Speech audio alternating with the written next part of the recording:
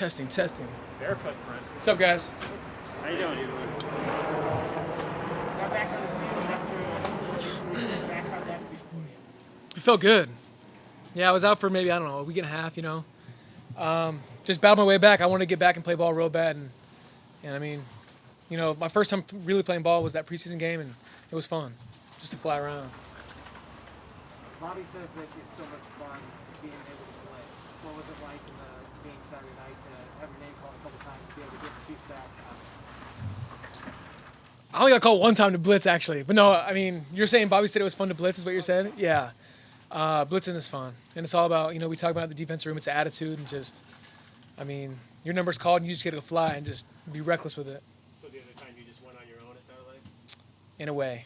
There were some details to it, but yeah. Guy blocked, you can go, but yeah. Heading into year 3 for you, just where do you feel like you've grown the most as a player over the last 2 years? Where I've grown most? That's a good question. I'd say mentally. I feel like I've grown most mentally. Physically as well, you know, I got a little more facial hair, but I'd say mentally. Just, you know, learning the game, the experience that comes with it, and just, you know, the things I've learned from veterans and just being around all these coaches and stuff like that, I feel mentally I've grown the most, and I feel like it's slowed down the game a lot for me. There's some sense of enjoying the moment that you see yourself stressed and enjoying who you are and where you are. Absolutely, you always got to enjoy the moment. Don't, you know, there's no, you know, it's a waste of time to think about the past or worry about the past or thinking about the future or what's to come. Just always be in the now, be in the present, and just enjoy, you know, be where your feet are at. How's Nick Molars, the linebacker? He's good. I knew years ago he was playing linebacker too, but no, he's good and he's smart too. He's always been a smart guy, and I mean, it's fun having him in the room as well. But no, he's good.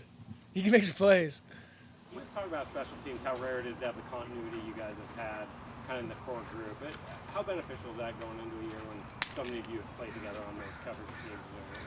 I think it's huge. And like Blower was talking about, you know, I'm just thinking about, like, even let's say even kickoff alone with, you know, me and Belor and Ryan Neal backside and BBK front side. I mean, we've been some of those core guys for the past, you know, 2 going on 3 years now. And so that's probably one of the funnest units as well, just out there flying around, seeing who's going to get to the ball first and go hit somebody.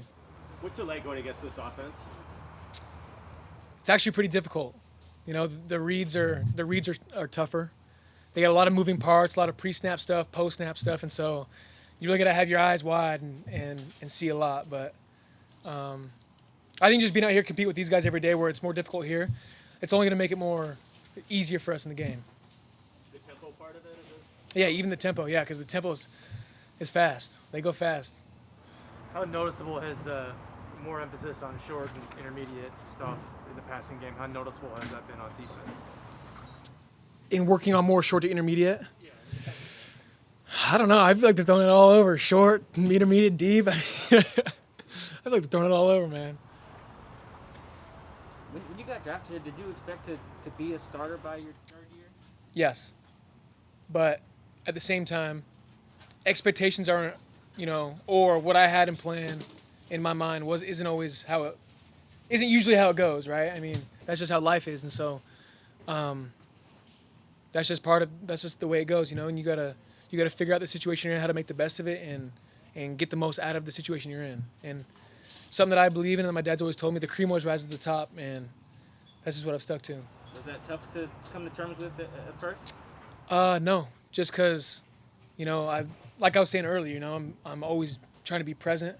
If you start thinking about that kind of stuff or thinking about the future, you know, you can't be focused. You think about the now and you think about just what you're trying to do and get accomplished and stuff. I mean, that's how you stay focused, you know. Anything else? All right. Thanks, guys. Thanks for coming. Appreciate it, man.